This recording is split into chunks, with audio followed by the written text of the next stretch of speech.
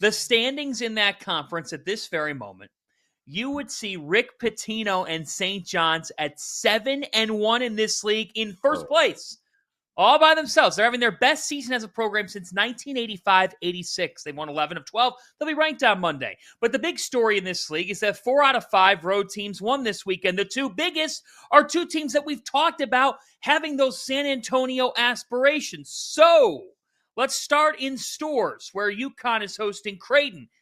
Greg McDermott against Dan Hurley in UConn. Creighton games, Greg McDermott 7-2 all-time against Dan Hurley, make it 8-2. Creighton 68, UConn 63. The Blue Jays get led by Jemiah Neal.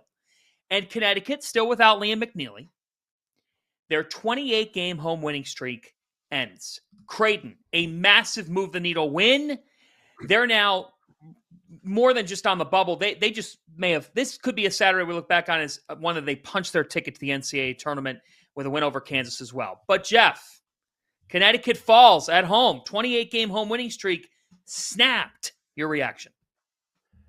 I heard Dan Hurley afterwards talking about it and saying, defense hasn't been great. They're not tough enough.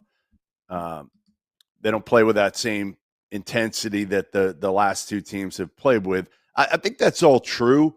I also just don't think they're nearly as talented. And they don't have a guy named Donovan Klingman to erase things and even, throw the ball up and he'll go get it on the offensive end. But, listen, they don't have a star.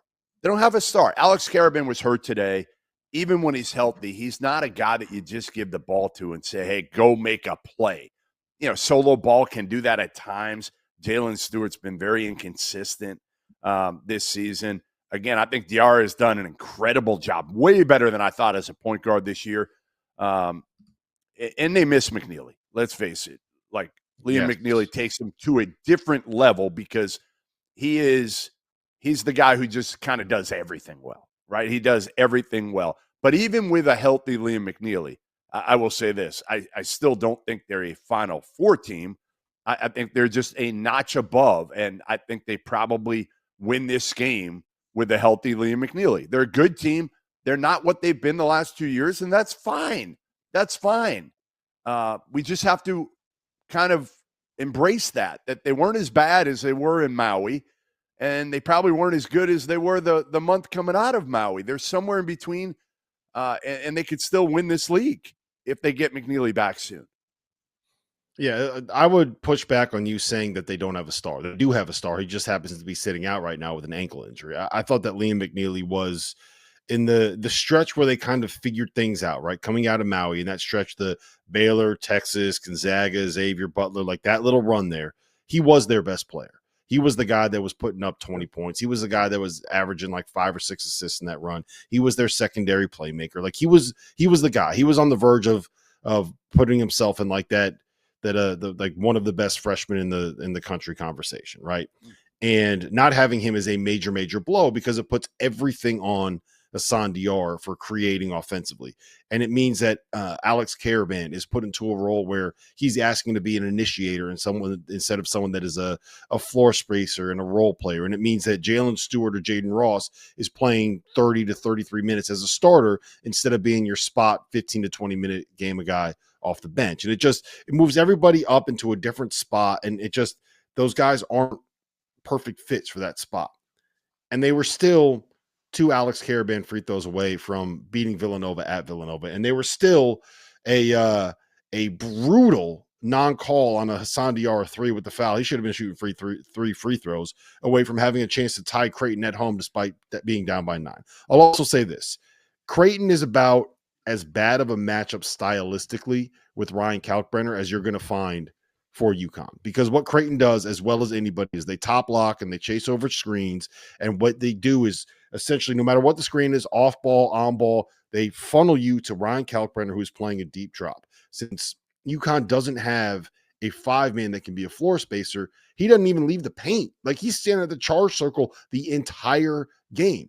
And they're basically saying with their wings and their perimeter players, we are not letting you run off of screens and shoot threes. We are not letting you get these 3-point shots off. We're going to funnel you to the paint where you're going to have to take tough twos. You're going to have to take mid-range jumpers. We're going to make you take these little 12-foot floaters. And they made some of them, but for the most part, they were funneling UConn into Cal, who is the best defensive five that you're going to find in college basketball right now. So part of it is just the way that those two teams stylistically match up with Kalkbrenner at the five is pretty much a nightmare for what UConn wants to do offensively. We saw it last year in Omaha.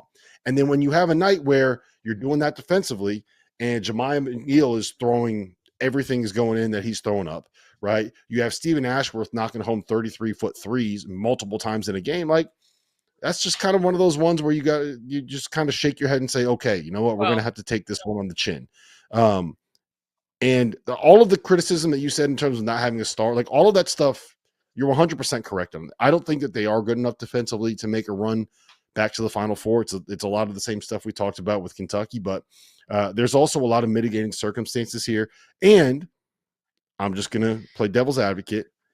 If they make the right over the back call against Memphis, they make the right over the back call against Colorado, they make the right call against. They make the right call on the 3-point against the Sandiara. And Alex about today's game. There's a real chance that UConn could have one loss in the season right now. It's the officials. Why do we allow? Cut them off, man. There is a conspiracy. Time's up. Your time is up. Let me set the record straight on this. Here's the deal. When you go 37-3 last year, and you've won the last two national championships, the standards all change. They get extraordinary. The standards are through the roof of like, you're surprised when they lose. You're surprised when they lose, but you shouldn't be surprised because every team is its own entity. Here's my take on this team. Liam McNeely's the best freshman in the Big East. He is. Thomas Sorber's had a nice year. McNeely he does everything. He's smart. He's beyond his years. Obviously, he's a significant loss, but without him, Alex Caravan can't go 3 for 12 from the floor because Aiden Mahaney's not a factor. He wasn't today. He shot 2 of 8 in the game. And without McNeely, Jaden Ross has to give this team something, or Mahaney off the bench. Outside of Terrace Reed, who played 16 minutes in this game and did not have a particularly good performance himself, they don't have enough. Some of their players that they thought they'd get more from, they're not getting more from. Not on an every game basis. So with that in mind, Caravan's got to be great. Today he wasn't. If McNeely plays in this game, Connecticut wins this ball game. He didn't play.